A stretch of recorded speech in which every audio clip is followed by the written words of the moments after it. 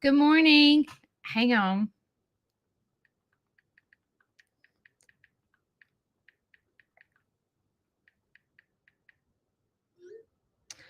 Okay.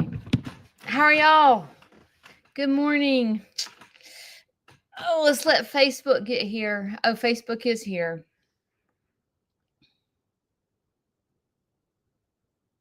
How are y'all? Okay, so I'm trying, I'm all about trying something new, right? So I followed this little Weight Watchers page and they recommended Sweet Drops vanilla. It's sugar free and it's flavored with stevia. So we're going to try it and see if I don't know how much to put in it. We're going to try it and see if it's any good. I'm all about trying to flavor my. Oh, sugar. Hang on. Have y'all tried this? Oh, Teresa. Is she here? Did I see Teresa? Is Teresa here? Oh, yes, she is here. I did that exercise and it helped.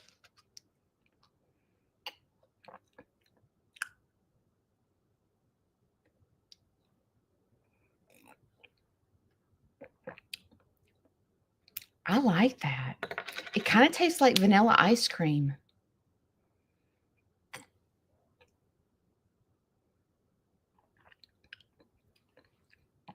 I'm going to put a little bit more.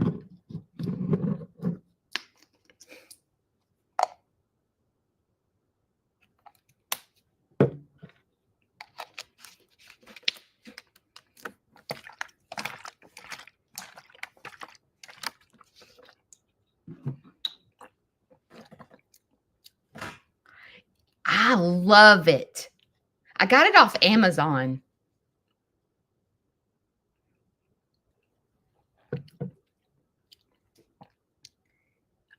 I don't know if Walmart. I'm sure Walmart has it. I ordered it from Amazon because I won't go into Walmart. I have issues. Like Sweet Drops, but I'm told they have different flavors. But I got the vanilla. Mm, mm. I really like that. All right. I don't know what I want to do to myself today. I really don't feel like doing my hair. So I'm just going to kind of stick it up and go with it. Today, I'm going to talk about yesterday because I went into crisis mode yesterday and I want to talk about it. And I want to see if there's some way that y'all can relate to me. That looks ridiculous. My hair looks ridiculous, but I don't care today. It's just like one of those days, I don't know what that is doing, but I don't care. Yesterday, okay, let me start with the day before. What was yesterday? Tuesday? So Monday, Larry's chaplain messaged me and he said, "Can you meet this week?" And I said, "I can do any day but Wednesday." So he said, "How about Tuesday?" I said, "Sure." He said, "What time?" I said, "How about 10 o'clock?" And he said, "Sure." Well, then later on that day, I got a text message from it's called Flourish. It's a nonprofit organization here in Coleman, and what they do is they help job place people with disabilities. So they work with the group home that comes to my farm. So they have been to my farm, and so she messaged me, I don't know, like a month, 2 months ago, about one of the workers coming to volunteer on my farm because she was trying to build her resume to get a real job. And so I had told her that that would be fine. She could use my farm. Well, then I didn't get to do it last month. I had a lot going on. So then she said, can she come Tuesday at 10 o'clock? And I was like, well, I already had the chaplain coming, but I'll just message the chaplain to see if he can come later. So then I messaged the chaplain and I said, hey, can you come at like 11 or 12 o'clock instead of 10 o'clock? And he said, yes. So I rearranged my schedule for Flourish to come at 10, the chaplain to come between 10 and 12. I mean, from 11 to 12. And I had my day planned because I needed to go pick up medicine at the pharmacy for Larry.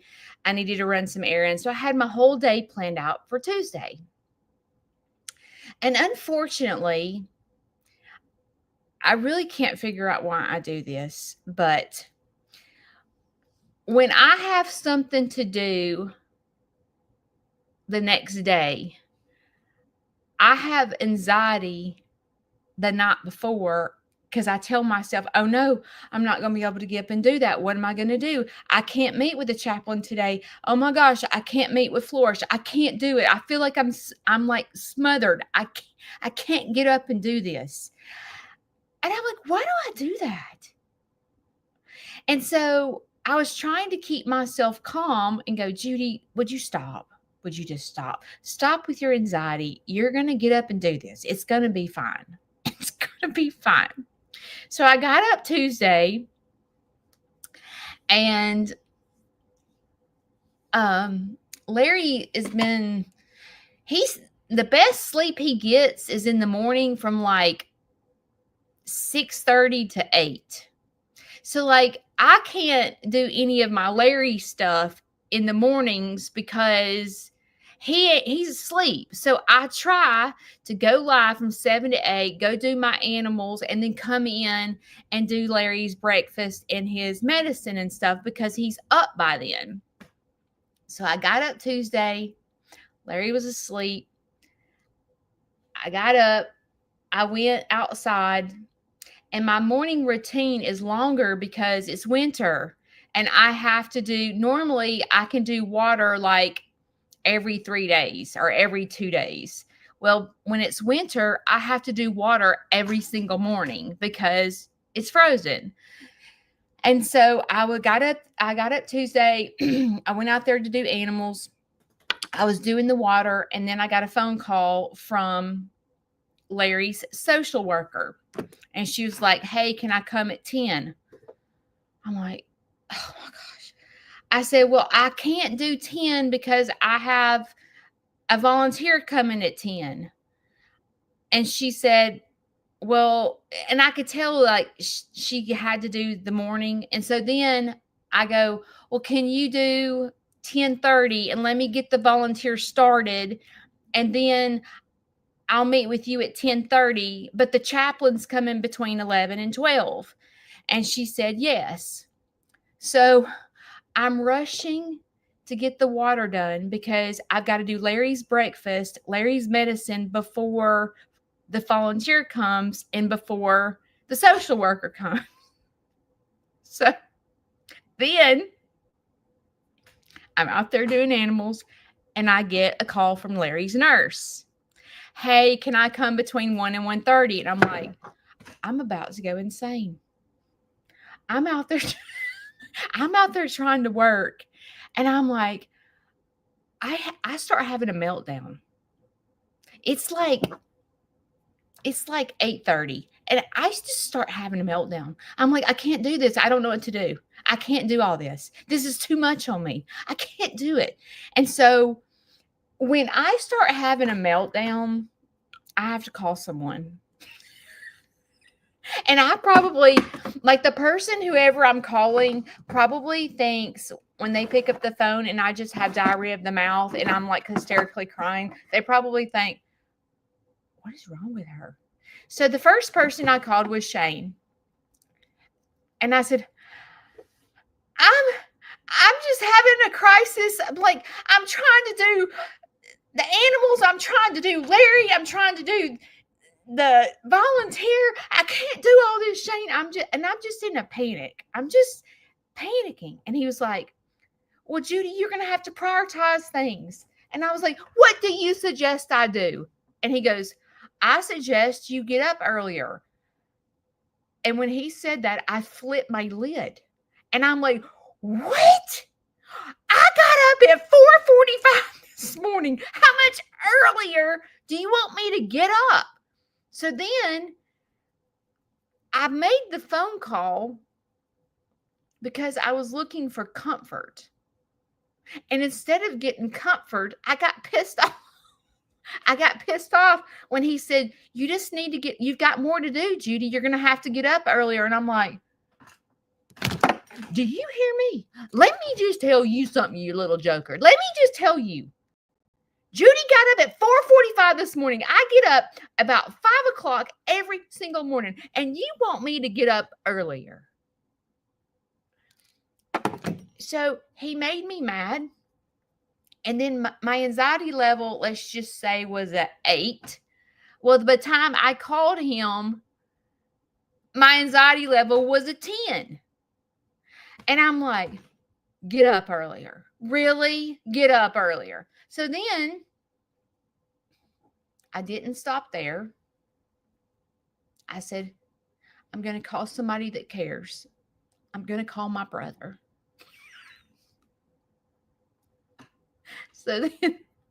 So then I called my brother and I said, I don't need you to say anything. I just need you to listen to me. And he was like, okay. I said, do you have any idea how hard this is? And he was like, what are you talking about? I'm like, how in the world am I supposed to work and do Larry too? Do you know the social workers coming today, the nurses coming today, the chaplains coming today, and I can't get my crap done because I'm doing all this stuff? Do you hear me? I am going crazy. And he was like, I'm sorry. And I was like, I bet you're sorry. Yeah, you're sorry. You're not helping me. I started getting mad at him because he's not giving me what I need. And I was just like, don't know. And my anxiety level went from 8 to 10 to 12. Okay. Because at this point, I'm like, don't nobody care. Don't nobody care that I'm out here trying to take care of 22 pigeons, 4 pheasants, 2 geese, 87 chickens, 14 ducks, what else? 8 peacocks, 2 cows, 2 sheep, 4 goats, a donkey, 3 pigs, 3 rabbits, and a tortoise. And I'm trying to take care of all of that on top of Larry, on top of myself, on top of being a wife and somebody that's got to wash the clothes and cook the supper. And I'm like, I felt like my head was about to explode.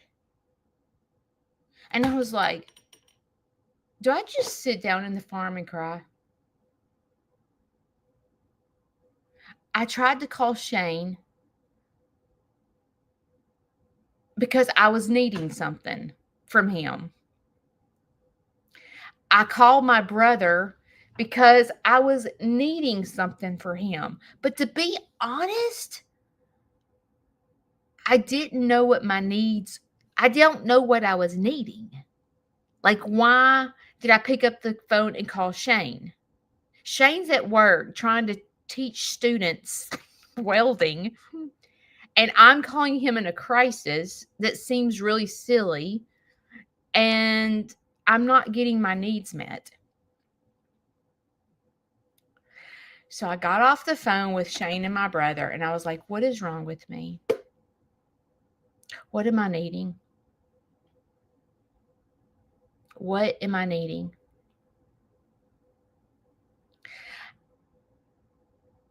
And I think what I was needing is just to go, do you understand how hard this is? Do you have, like, does anybody around me see what I do? And it's like sometimes I feel like I get shortchanged because I'm like, I feel like people go, well, Judy stays home. Judy doesn't work. She doesn't have a real job. She stays home and gets on the phone, and all she does is take pictures and video all day long. Judy doesn't work. She can do whatever. If she wants to take a nap at 2:00, she can go take a nap. That's not a job. I mean, she can do whatever she wants. Hang on.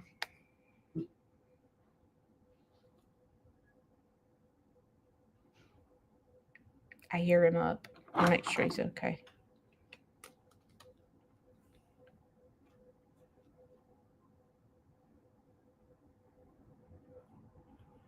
He's not in his bedroom. I think he's gone to the bathroom. I'll just keep the camera on. So anyway, I feel like maybe I was needing to go, you're doing a good job.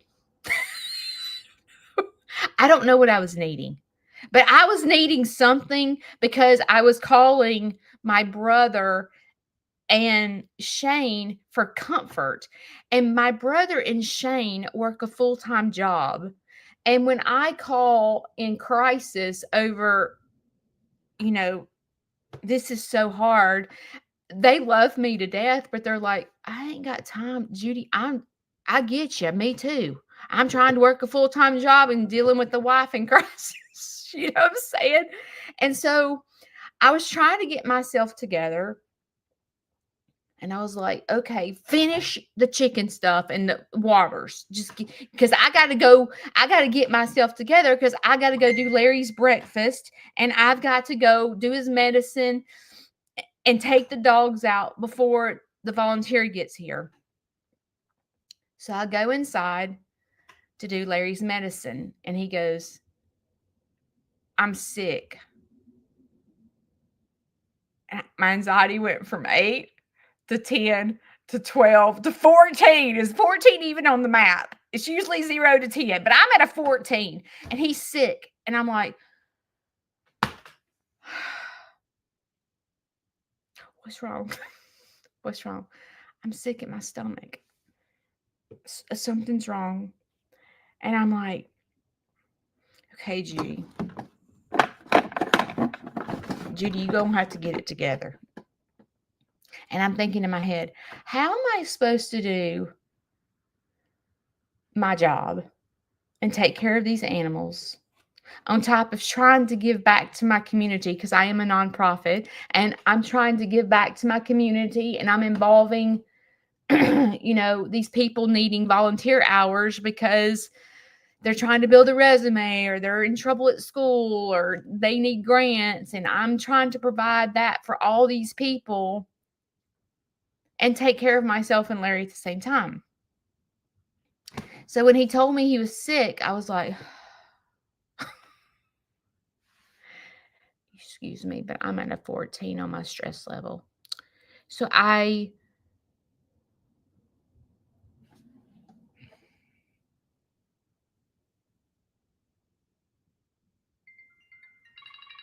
and now Shane's calling me and Larry's in the bathroom. So hang on just a second.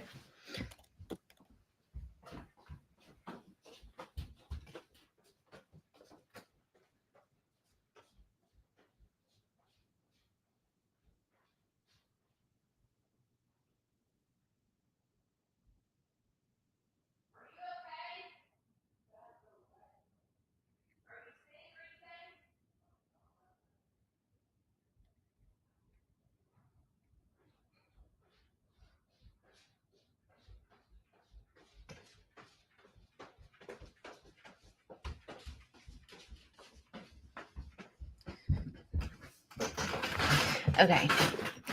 He's okay. So, when he said he was sick, I was like, how do I do all this? And sometimes, as human beings, we start feeling overwhelmed, especially when you have your day planned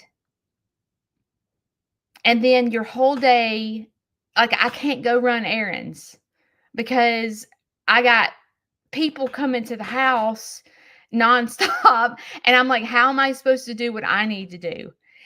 And when your plans interrupt and it feels chaotic, you feel like you're smothered.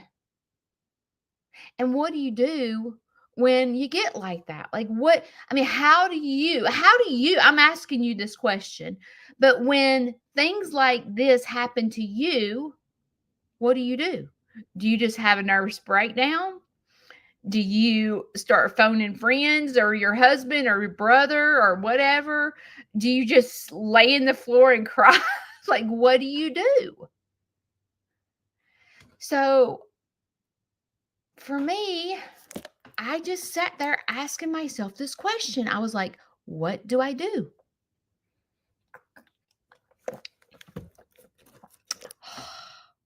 This is good.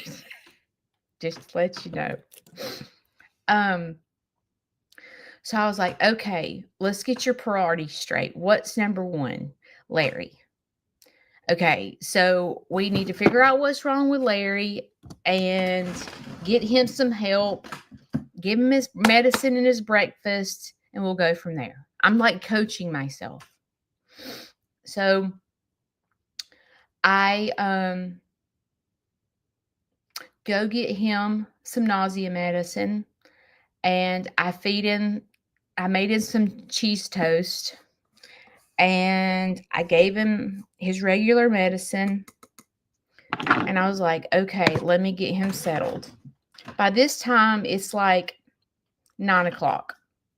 The lady is coming, and then I get a text message. We're supposed to be there. We're going to be there at 9:40. And I'm thinking 20 minutes early that, okay, now I've got to go 20 minutes early. So I got Larry all settled. They pulled in the driveway. I went outside and I said, listen, my dad is on hospice. My dad is sick. This morning, I got a call from 3 people that are coming to my house today, and I wasn't expecting it. So what I need to do is I need to take you, and this is what I want you to do, because she wants to volunteer once a week. I said, I can't let you go to the big animals without me. I said, but the only person I worry about in the chicken yard is Jack, because Jack is not nice. I mean, he's just, I don't know. So I said, this is what I'm going to do. I need you to volunteer without me being here, because it doesn't help me for people to volunteer when I have to do it with you.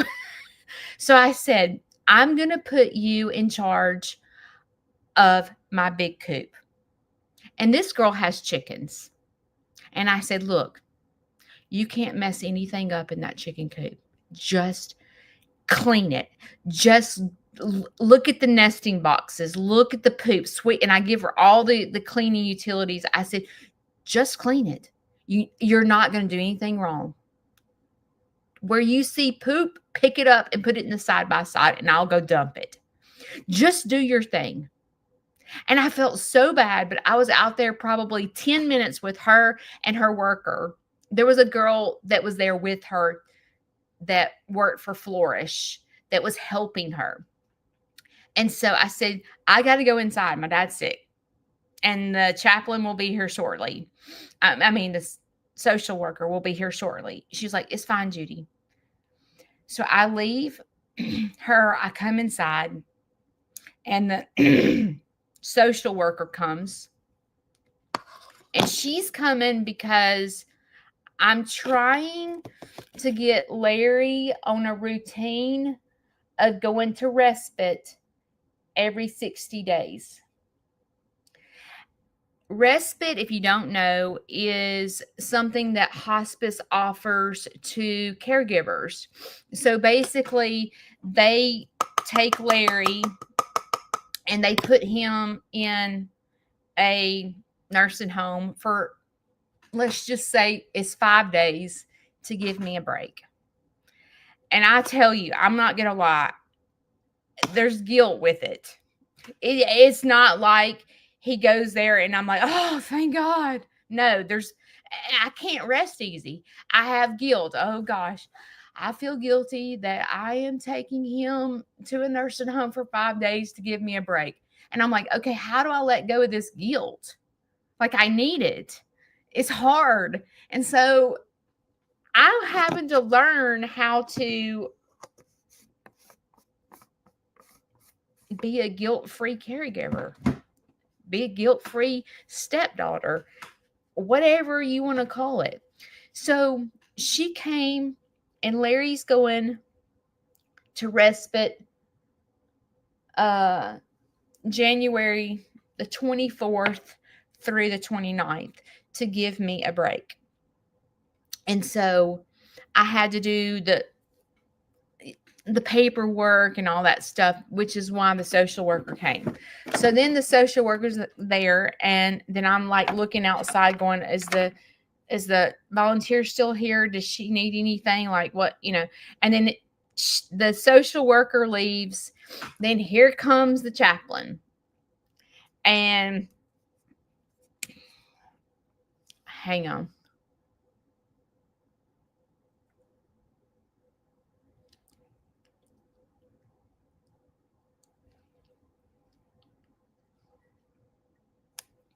So here comes the chaplain, and I'm trying at this point with all these things that are happening to me. I'm trying to keep myself calm, and I'm trying not to have a mental breakdown in front of everybody, to be honest. So the chaplain comes, he stays, I don't know, he stayed an hour maybe. But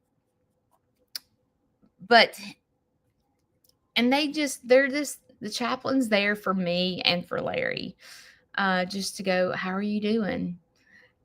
Are you okay? I know being a caregiver is hard. Do you need anything? How are you doing mentally? And I'm like, oh, hey, you have no idea. This is so hard. And so he leaves, and then I'm like, okay, I got to feed Larry lunch. What am I going to feed him? He's sick. And I go in there, and he was like, I think I know what's wrong with me. I think I'm constipated. And I'm like, oh God. So I get his lunch. I feed me lunch. And then here comes the nurse. And then the nurse, comes to check on him and all that stuff. And so she leaves. I'm going to say it was probably 2:30, 3 o'clock. And then at 4 o'clock is when I have to put the animals to bed. And so when everything was over, when everybody was gone, everything is over, I go outside to do animals. And I'm exhausted at this point. I'm just mentally exhausted. And I go into my chicken coop. And I'm going to tell you,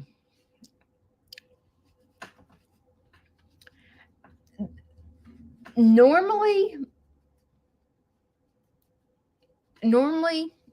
when someone cleans my chicken coop, it's kind of like nobody cleans it like you, right? You know what I'm saying?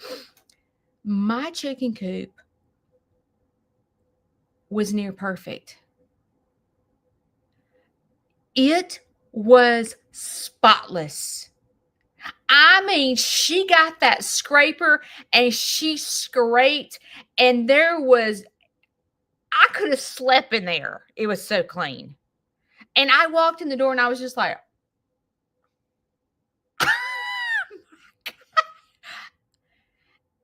and it was like a load lifted off me, because it was like,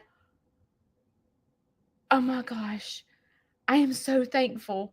I am so thankful that this girl has chickens herself and is willing to come help me, and she expects nothing in return. She don't expect a paycheck. She's given with a loving heart. And suddenly, it was like something went ding inside my head. And I was like, let me sit here and think about this for just a minute.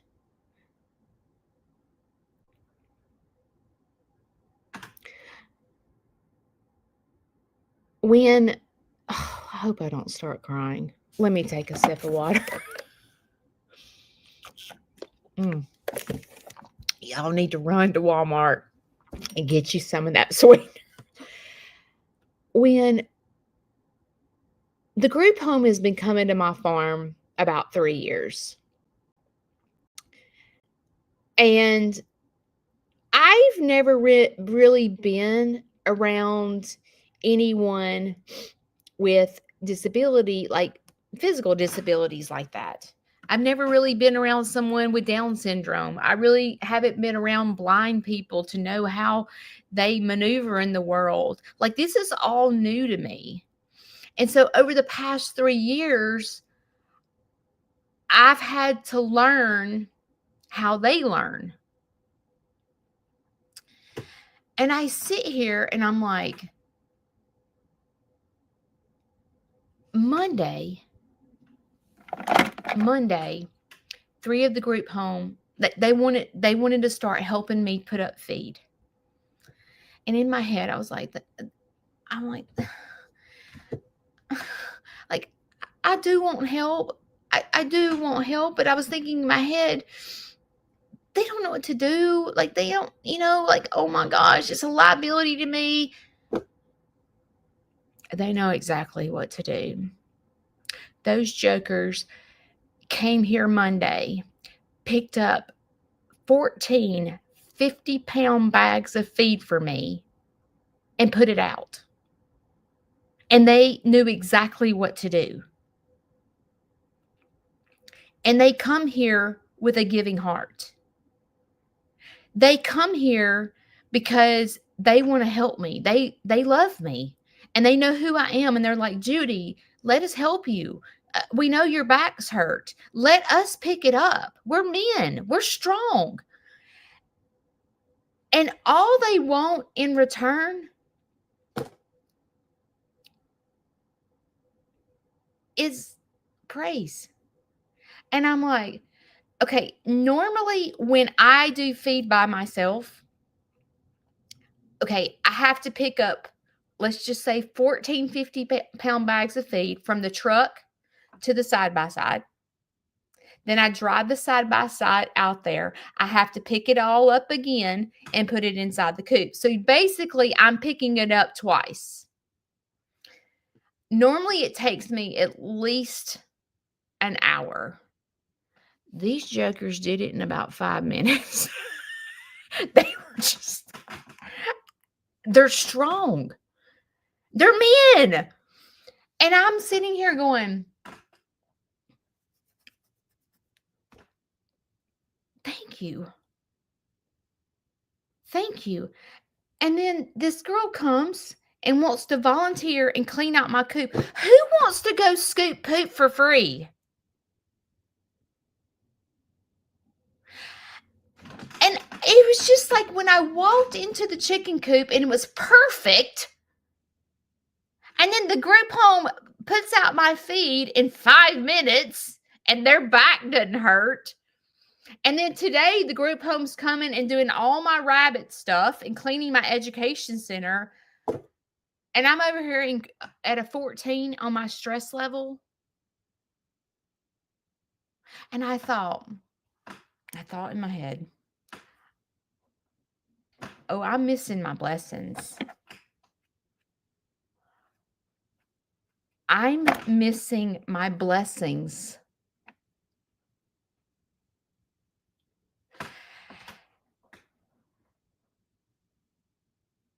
And then suddenly, when I came to taking my anxiety level down from a 14 to a 0, realizing that people want to help me and they don't expect anything in return.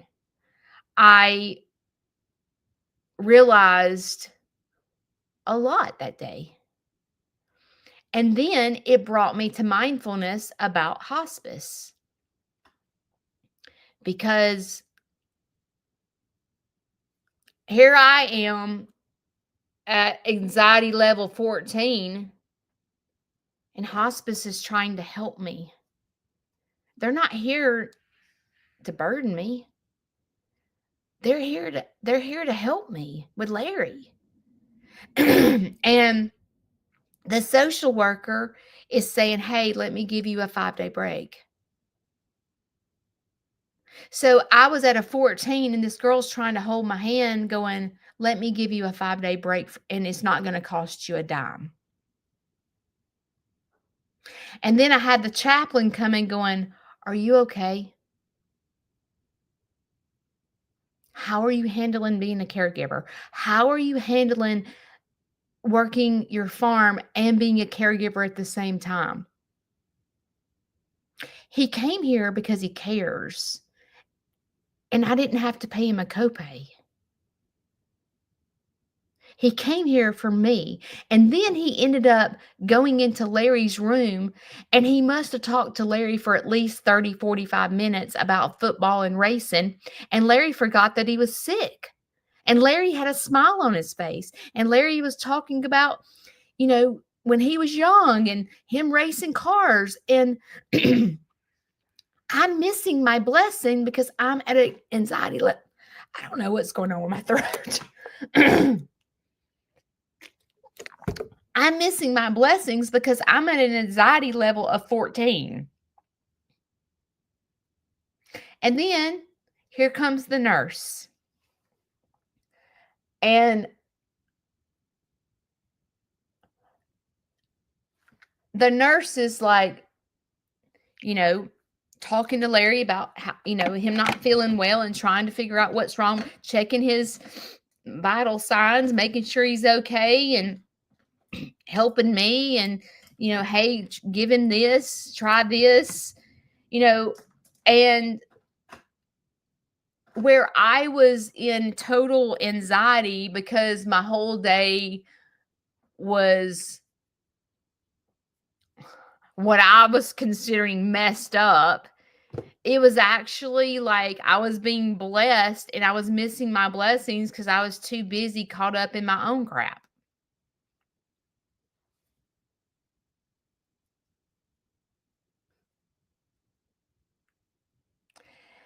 And I was thinking about the day, and I was thinking about how, how we think the grass is greener on the other side. You know what I mean? Like, I wished I was like Susie Q because her marriage is so good. Or I wished I was like Judy and she had a farm and she just always has something to do and she just seems, we always want somebody else's life. And I'm bad about being a creator, looking at other creators' success and going, why am I doing this?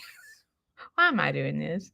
Ain't nobody listening to me. As a matter of fact, Monday, I got a violation from YouTube for my Monday live. And I was like, what did I do wrong? What did I say? And I'm like, oh, do you know how hard this is? You have to figure out, it's just like, ugh. And so I find myself comparing myself to other people. And it's like, oh, I just stuck my brush in my eyeball. I find myself comparing myself to other people, the way I look, the way I act, the way I carry, the way I post, I'm like, would you stop? My gosh, Judy. And I had a friend, and it was funny because this friend of mine, I didn't even hardly talk to her yesterday, so she didn't really know what I was going through, and I didn't really know what she was going through because we were both I guess we were both just busy with life. So we didn't talk a lot yesterday. And she messaged me and she said, Judy, she lives north. So she has snow all the time. And what if I forgot to put on, Diane? Mascara. She said, Judy, I sit here and I feel all depressed because all I see is snow. Because their winter, they have snow like 5 months out of the year. And so she was like, I watched your YouTube video yesterday of your snow, and I was watching the reaction of you having snow and how beautiful you were looking at it. And she said, I realized that I was taking my life for granted because I see snow 5 months out of the year. And I thought in my life, and when she said that to me, I was like, wow, I was going through the same thing, because I was sitting here going, hospice is coming 3 times today. Volunteers are coming. I ain't got time for this. And I was caught up in crap, and I was missing my blessings. And she was caught up in crap, and she was missing her blessings of having snow because she takes it for granted. And I was sitting here doing the same thing, but in a different situation, because I was missing my blessings of having hospice come in to help me. And I was missing my blessings by having the group home come and help me, because I was caught up in my own crap. I was depressed. I was like, this is awful. I can't even. Did y'all take your Celtic salt? I just saw it. But I was doing the same exact thing that she was doing. It was just in a different way. And I bet you, if I sat here and called every one of you on the phone, you'd probably go, me too. Me too.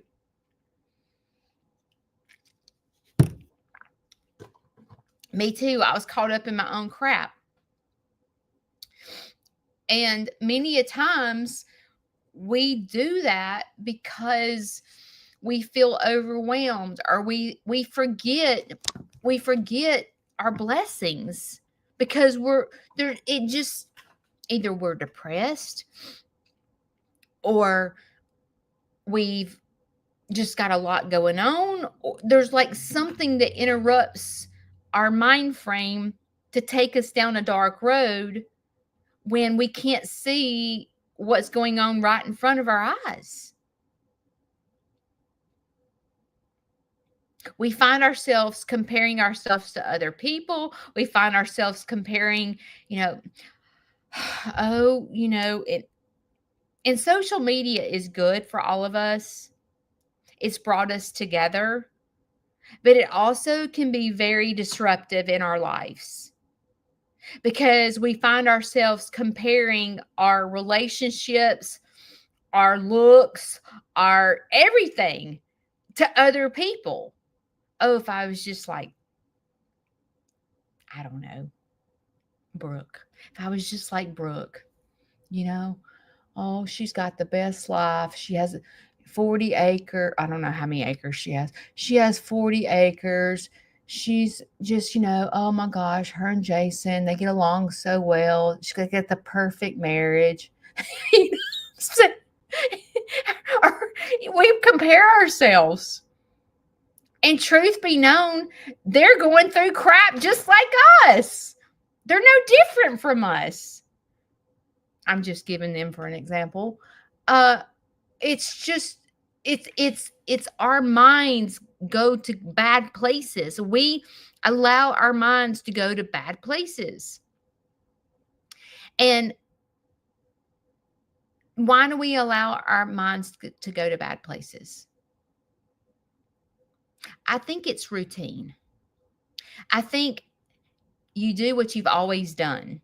You go to panic, or you go to assuming the worst, or you go to, like, you've trained your brain to go to a level 14 anxiety. when things get interrupted, instead of going, wow, wonder what God's got in store for me today. Like, what? Instead of that, I'm like, oh my God, let me call Shane. My life sucks. You have no idea what I have to go through every day. Instead of going, okay, today's not going as planned, but God must have something in store for me today. I'm going to get a blessing today. Do we do that? No, we go, oh my God, our life is crazy every single day. We do that. I do have to tell y'all a funny story. You know how I told y'all, I can't remember if it was, no, I think it was last week. I think it was last Wednesday. I was talking to y'all about keywords, like the keywords that I have to use with people to keep myself sane. Well, that same day, I was out in the farm and Shane came out there. And he started getting on my nerves. Okay. I can't remember what it was about. And I told you that I have to use the word pause as a keyword to Shane. Because if I don't, I'll be mentally insane. Okay. Because Shane is hot-headed. And Shane has got diarrhea of the mouth most of the time. Okay. And he says the god-awful things. Okay. And so he was out there at the water hose. Why are you doing it this way? And I thought, I am yelling, pause, pause, pause. Instead of saying it in my head, I'm just saying it out loud. And I'm going, pause, pause. And he is trying to yell louder over me, yelling pause. So instead of him staying at this level with his tone, he starts increasing his tone level to go over me. And I'm going, pause, pause. Because he was making me so mad. And so all of a sudden, I started laughing. I was laughing because I was trying to keep myself calm because he was a dumb butt at the moment. And I was going, pause. And then all of a sudden I was like, pause in the name of love before you break my heart. Pause in the name of love. And I was laughing so freaking hard because he was over there with diarrhea of the mouth, mad as a hornet, and I just had to start screaming pause. And when I was singing pause, that song came to my head.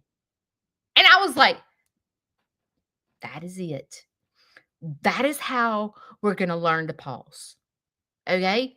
So whoever you need to use the word pause with as your key word, just start going, pause in the name of love before you break my heart. Just start singing it. You will be dying laughing. So what was happening to me in that moment is normally when Shane has diarrhea of the mouth and is exploding, he takes me to a level 14 on my anxiety.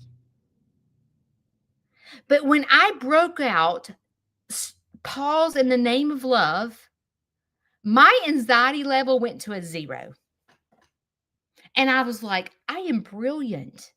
I am brilliant. Now I've learned how to deal with his stupidity when he is over there with diarrhea of the mouth, making my anxiety go to a 14. So I suggest y'all try pause in the name of love before you break my heart. Just try it. Whoever drives you crazy and give you like if your husband has OCD and he's taking your anxiety level to a 14, just sit there and go, stop in the name of love before you break my heart. Stop in the stop. Pause in the name of love. You will be dying laughing. I'm telling you, you will be in the floor dying laughing. And that person's looking at you like she has flipped her lid and just go, just I'm just telling you what. And I was thinking in my head when I did that yesterday, when I was getting the phone calls, hey, can I come at 10? Hey, can I come at 11:30? Hey, can I come at 1? And I'm like, I should have got off the phone and went, stop, pause, in the name of love, before you break my brain. Pause in the name of love. I bet you if I would have practiced that, I would have taken my 14 level anxiety to a 0.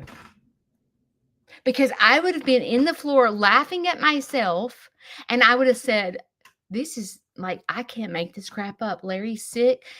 This person's coming. This person's calling. My phone's blowing up. The caregiver, chaplain, everybody's coming. Like, but if people could look into my house, they would be like, how does she do that?